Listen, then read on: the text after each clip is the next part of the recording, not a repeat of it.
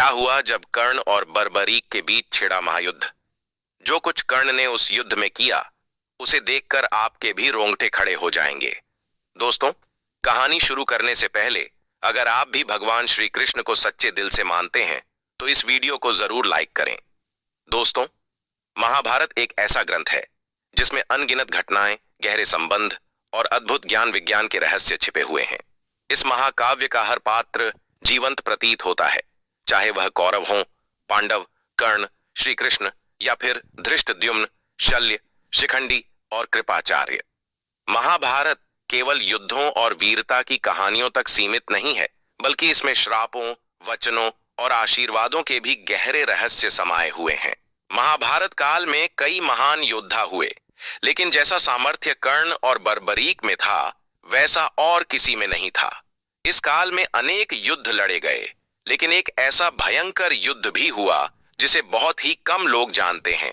वह था महारथी कर्ण और बर्बरीक के बीच का महासंग्राम, जिसके बारे में शायद ही किसी को जानकारी हो। महारथी कर्ण के पास दिव्य कवच और कुंडल थे जिन्हें कोई भी अस्त्र भेद नहीं सकता था। वहीं बर्बरीक के पास भगवान शिव से प्राप्त 3 अमोघ बाण थे जिन्हें काट पाना असंभव था। दोनों ही अपार शक्ति से संपन्न महान योद्धा थे। कर्ण के दिव्य कवच और कुंडल को देखकर देवता और राक्षस तक चकित रह जाते थे। दूसरी ओर बर्बरीक को ऐसे बाण प्राप्त थे जो कभी चूकते नहीं थे। कहा जाता था कि वे मात्र 3 बाणों से पूरे महाभारत युद्ध का अंत कर सकते थे। बर्बरीक को आज कलयुग में खाटू श्याम जी के नाम से पूजा जाता है, लेकिन सवाल यह है कि ऐसा क्या घटा था जो इन 2 महायोद्धाओं कर्ण और बर्बरीक के बीच महायुद्ध का कारण बना, और इस अद्भुत संग्राम में विजेता कौन बना? अगर आप भी इन सभी सवालों के जवाब जानना चाहते हैं तो इस वीडियो को अंत तक जरूर देखें। दोस्तों, यह घटना उस समय की है जब पांडव अपने अज्ञातवास में थे और कौरवों से छिपकर जगह जगह भटक रहे थे। उसी दौरान भगवान श्री कृष्ण अर्जुन के साथ घटोत्कच के पास महाभारत युद्ध से जुड़ा एक महत्वपूर्ण प्रस्ताव लेकर जा रहे थे, लेकिन तभी कौरवों का एक गुप्तचर उन्हें देख लेता है और तुरंत जाकर यह जानकारी दुर्योधन को दे देता है।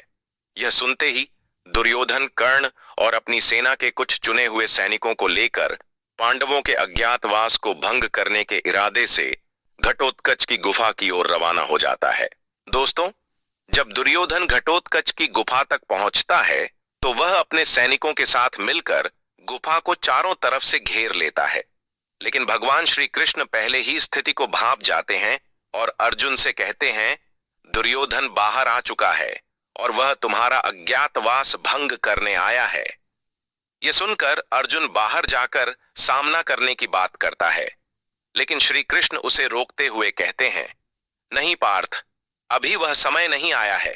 तुम अज्ञातवास में हो और ये सभी तुम्हें पहचान कर तुम्हारा व्रत भंग करने के लिए आए हैं। यह सब सुनकर पास में खड़े बर्बरीक कहते हैं, हे प्रभु, यदि आप अनुमति दें तो मैं महारथी कर्ण को रोक सकता हूं, चाहे शांति से या फिर युद्ध के माध्यम से। इस पर श्री कृष्ण गंभीर होकर कहते हैं, क्या तुम जानते हो कि महारथी कर्ण कितने प्रचंड शक्तिशाली योद्धा हैं? उन्हें रोकना इतना सरल नहीं है जितना तुम समझ रहे हो। इस पर बर्बरीक विनम्रता से कहते हैं, हे गोविंद, संभवतः आपको मेरी शक्ति का आभास नहीं है। इतना कहकर वे निडर होकर गुफा के बाहर आ जाते हैं। बर्बरीक दुर्योधन और कर्ण को प्रणाम करते हुए शांत स्वर में पूछते हैं, कहिए, आप दोनों का यहां आगमन किस उद्देश्य से हुआ है? बर्बरीक की विनम्रता और आत्मविश्वास को देख दुर्योधन उत्तर देता है, बालक, हमें इस गुफा के भीतर जाना है, हम किसी को खोज रहे हैं। बर्बरीक मुस्कुराते हुए उत्तर देते हैं, मुझे खेद है, लेकिन इस समय आपको भीतर प्रवेश की अनुमति नहीं दी जा सकती। यह सुनकर दुर्योधन तीखे स्वर में कहता है, शायद तुम हमारी शक्ति से परिचित नहीं हो, इसी कारण हमें रोकने का साहस कर रहे हो। इस पर बर्बरीक दृढ़ता से कहते हैं, आप दोनों महान योद्धा हैं, चाहें तो प्रयास कर देखिए। दुर्योधन तुरंत अपने सैनिकों को आदेश देता है, इसे हटाओ रास्ते से, लेकिन जैसे ही सैनिक आगे बढ़ते हैं बर्बरीक जमीन पर मात्र एक पैर मारते हैं और उसकी शक्ति से वे सभी सैनिक धराशायी हो जाते हैं। यह दृश्य देख दुर्योधन भयभीत हो उठता है और कर्ण से कहता है, यह कोई साधारण बालक नहीं है। इसे पराजित करना सिर्फ तुम्हारे जैसे योद्धा के ही बस की बात है। तब कर्ण गंभीर स्वर में बर्बरीक से कहते हैं, बालक, हमारे मार्ग से हट जाओ, अन्यथा तुम्हें मेरा सामना करना पड़ेगा। बर्बरीक शांत किंतु आत्मविश्वास से भरे स्वर में उत्तर देते हैं, आप भी प्रयास करके देख लीजिए महारथी कर्ण। यह सुनते ही कर्ण अपने धनुष की प्रत्यंचा चढ़ाते हैं और एक तीव्र वेग वाला बाण छोड़ते हैं। उस बाण की गति इतनी तेज होती है कि वहां उपस्थित सारे सैनिक भय और आश्चर्य में चीख उठते हैं। लेकिन चौंकाने वाली बात यह होती है कि उस शक्तिशाली बाण का बर्बरीक पर कोई प्रभाव नहीं होता। इसके उत्तर में बर्बरीक भी अपना धनुष उठाते हैं और एक बाण छोड़ते हैं जो सीधा जाकर दुर्योधन को लगता है, जिससे वह घायल होकर भूमि पर गिर पड़ता है। बर्बरीक मुस्कुराकर कहते हैं, तात श्री, आप ठीक तो हैं? उनकी यह बात दुर्योधन को बहुत अपमानित कर देती है और वह क्रोधित होकर कर्ण से कहता है, इस उद्दंड बालक को यमलोक भेज दो। कर्ण तत्काल बर्बरीक पर वरुणास्त्र का प्रयोग करते हैं, पर जवाब में बर्बरीक अग्न्यस्त्र चला देते हैं। दोनों दिव्य अस्त्र आकाश में टकराकर नष्ट हो जाते हैं। इसके बाद दोनों महायोद्धाओं के बीच एक भयंकर युद्ध छिड़ जाता है। अस्त्र शस्त्रों की बारिश और दिव्य ऊर्जा का टकराव चारों ओर फैल जाता है। यह युद्ध इतना घमासान होता है कि आकाश तक उसका कंपन महसूस करने लगता है।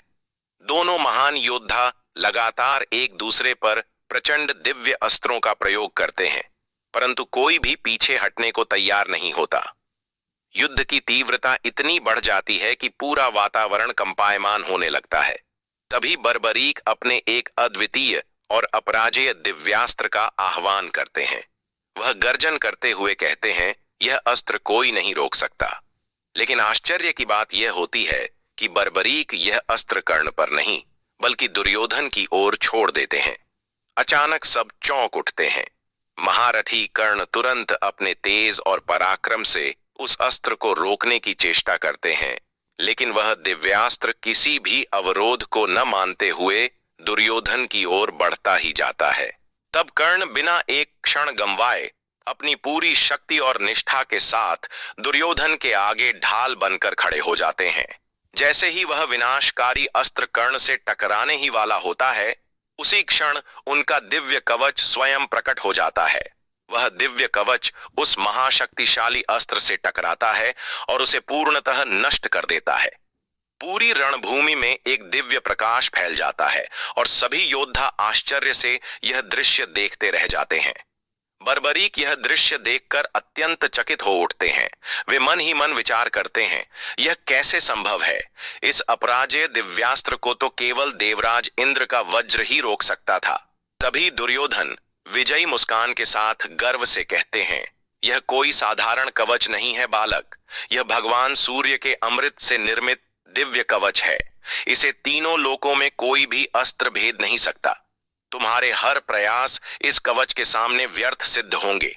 यह तुम्हारे सामर्थ्य से परे है। दुर्योधन की यह बात बर्बरीक को क्रोधित कर देती है। उनके नेत्र अग्नि की भांति प्रज्वलित हो उठते हैं। वे तुरंत भगवान शिव का ध्यान करते हैं और एक साथ अपने तीनों अमोघ अजेय बाणों का संधान कर लेते हैं। ये वही बाण थे जिनके बारे में कहा जाता था कि वे किसी भी युद्ध को अकेले समाप्त कर सकते हैं। लेकिन तभी ऐन उस क्षण पर भगवान श्री कृष्ण प्रकट हो जाते हैं। उनके चेहरे पर एक शांत लेकिन दृढ़ भाव होता है। वे बर्बरीक से प्रेम पूर्वक कहते हैं, पुत्र, क्रोध से नहीं, विवेक से कार्य लो। हट जाओ इनके मार्ग से। यदि ये भ्राता दुर्योधन किसी को देखना चाहते हैं तो देखने दो।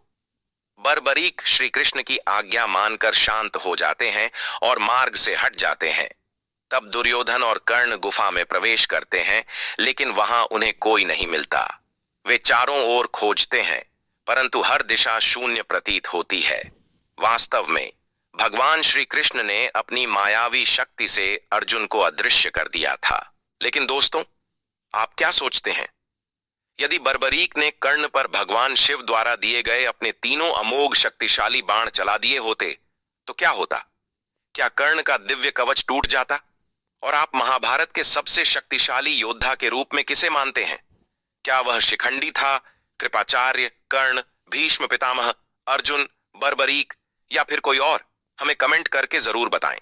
दोस्तों, अब हम जो घटना आपको